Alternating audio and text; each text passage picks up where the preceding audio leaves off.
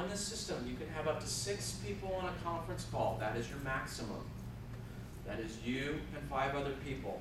I know math is hard, that's why I always point this out. Of those 6 people, 1 of those participants has to be in the building. That's the person who holds the call together. It does not have to be the person that built the call, however. It doesn't matter on that. The procedure is very much the same as transferring. It's just a different button. And there's no cool little acronym like Dynamite or TNT. It is conference number conference, conference number conference, so on and so forth, up to 5 people. If you and I are on a call, and I want to conference in her, I'm going to hit conference. You are now on hold, listening to hold music. You are the only person in this whole procedure that is going to hear hold music. If she's a very important client and you don't want her to hear hold music, don't call her first. Call her second or third, or however. Once you are connected to more than one person, it will not play hold music anymore. It'll know you're on a conference call. I call your extension, wait for you to answer. You and I can talk. She cannot hear us. She's on a different line. And as soon as I hit conference, there's a beep, and our phones now say conference 2, me, 2 other people. Now I want to conference in you on your cell phone. I hit conference. You're now on your own line. You 2 can talk to each other. I can't hear you. 91310.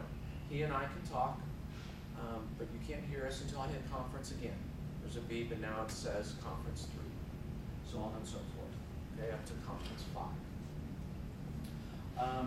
Like I said before, one of the 6 people has to be in the building. You're the one that holds it together. If you're my boss and you ask me to get 2 clients on the line for you, no problem. I conference them in, then conference in you at your desk. I can hang up the call. You'll hold the call together even though you did not build it, because you're in the building. Now, if you're on your cell phone, I'm the only one in the building. So what happens if I hang up? I kill the call. If you don't want me to hear what you're talking about, I can put the call on hold. It's not going to play hold music. One other little note about the hold music. If you're calling into a conference bridge with 150 people on it, how many phones are you technically connected to? 1. So, not 150, you've got 1 connection into that bridge, and that's connected to all 150. So if you put that conference bridge call on hold, what happens? You're playing your hold music for all 150 people on the call. So you do not want to put a conference bridge call on hold. As you're building the call, how do you cancel it if you miss dial? Drop. And you just start over. All right, so we'll practice that now and go through this. Just give you a quick call. Go ahead. Conference.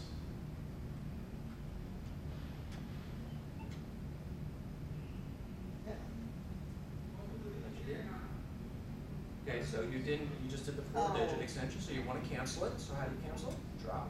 Okay. See, I'm still on hold, so that's fine. What does it say with number in the description? Let's go back to me. Start over with conference. Okay, conference. So now you see the display says conference 2. So if you want to hit conference, don't hang up. 55517.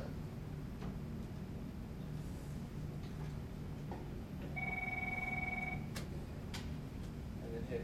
Now you 2 could talk, and we could be talking. Okay? You and I can hear you, but she can't hear us because you're talking to him right now.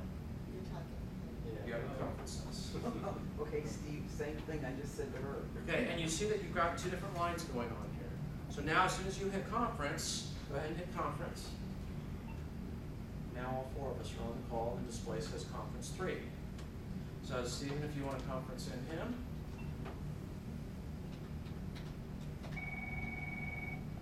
Okay. Then hit conference. Okay, so now we're all on the call. And you notice when I hang up, the display changes. That went from conference 4 to conference 3. Because there's now you and 3 other people on the call. Any questions on that? Pretty straightforward. All right, when you're on a conference call, remember, you guys can go ahead and hang up. Drop kicks the last person that you added to the call off the call. I've never seen this not work. And it's perfectly wonderful to use if you conference in somebody's voicemail. There's no one to hang up that call at their end.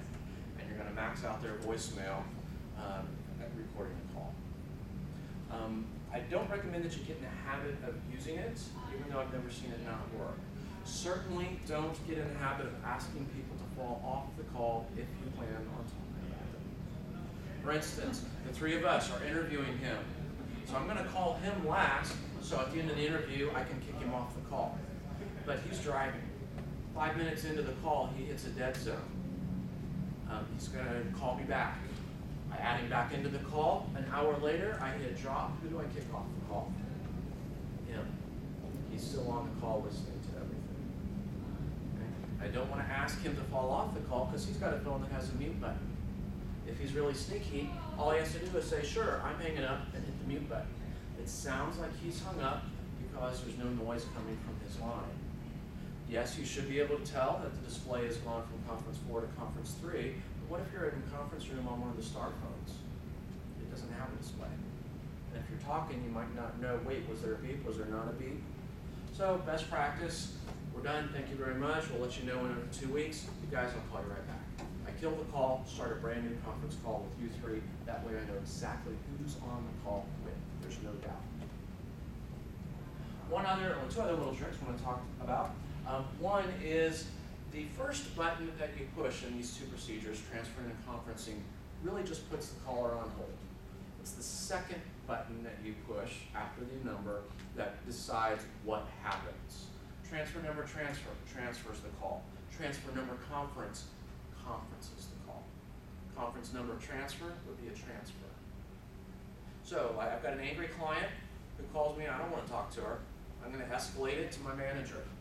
I hit transfer, call you, I start to explain the problem, and say, no, bring her online, I don't want her sitting on hold right now. I don't have to hang up on you and go back and do conference her, I can just hit conference, even though I hit transfer first. Now, both of us are on the line. After I explain it, then I can do that. Another little trick, how to add somebody into a conference call, into an existing call. Back to our interview story, he hit a dead zone. He's going to call me back. I want to make sure that I do not have any call forwarding or send all calls to voicemail turned on, otherwise he'll never get through to me.